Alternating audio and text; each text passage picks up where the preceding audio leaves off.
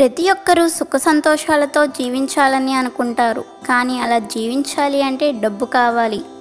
డబ్బు కోసం ప్రతి ఒక్కరూ రాత్రి పగలు అని తేడా లేకుండా ఎంతో కష్టపడి డబ్బులు సంపాదిస్తూ ఉంటారు. ఒకవేళ డబ్బులు లేకపోతే ఇంట్లో సమస్యలు అలాగే అప్పుల సమస్యలు ఏర్పడతాయి. దాంతో ఇంట్లో ప్రశాంతత కరువవుతుంది. ఇంతలోనే ఏవో అనారోగ్య సమస్యలు ఇలా ఒకదాని తర్వాత ఒకటి మొదలవుతూ ఉంటాయి. ఇప్పుడున్న లోకంలో డబ్బు లేకపోతే పురుగుతో సమానంగా చూస్తారు. డబ్బు లేకపోతే కుటుంబంలోని వ్యక్తులు కూడా దూరం అవుతారు.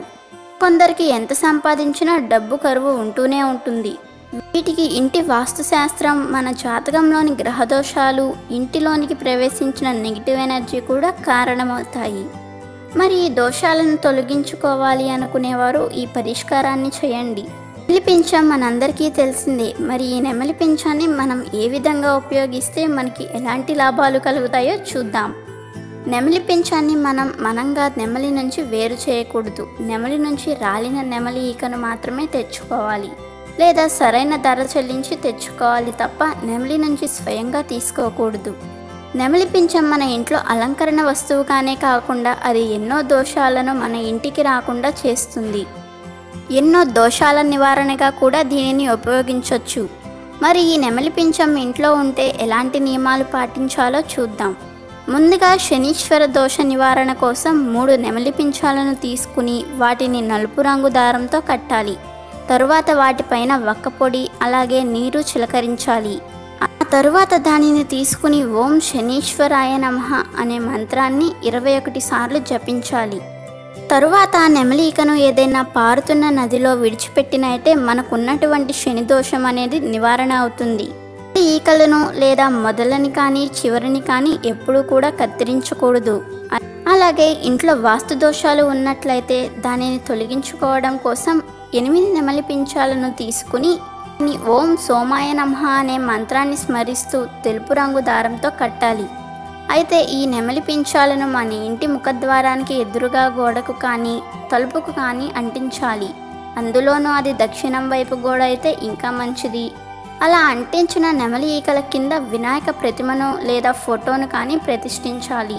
ఈ విధంగా చేస్తే ఇంట్లోని ప్రతికూల శక్తులన్నీ కూడా బయటకు పోతాయి. అలాగే పిల్లల యొక్క పుస్తకాలలో కనుక నెమలి ఈకను ఉంచినట్లయితే పిల్లలకు చదువు పైన శ్రద్ధ పెరుగుతుంది. మన ఇంట్లో ధనం ఉంచే దగ్గర కనుక నెమలి ఈకను ఉంచినట్లయితే సంపద వృద్ధి చెందుతుంది. మనం రోజు ఉపయోగించే పర్సులో కూడా ఈ ఈకను ఉంచినట్లయితే ఎప్పుడూ కూడా ధనం నిల్వ ఉంటుంది. అన్నిటికీ మించి అనవసరమైన ఖర్చులు తగ్గుతాయి.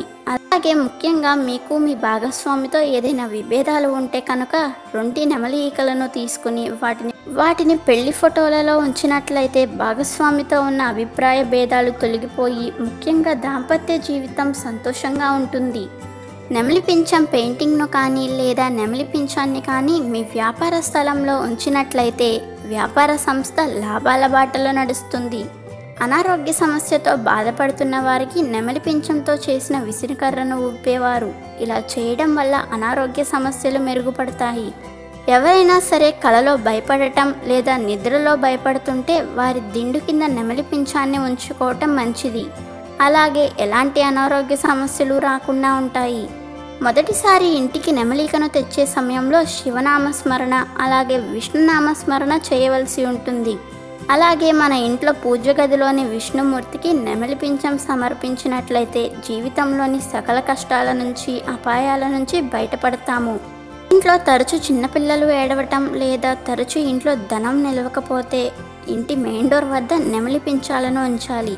ఈ విధంగా ఉంచినట్లయితే ఇంట్లోని ప్రతికూల శక్తులు పోతాయి.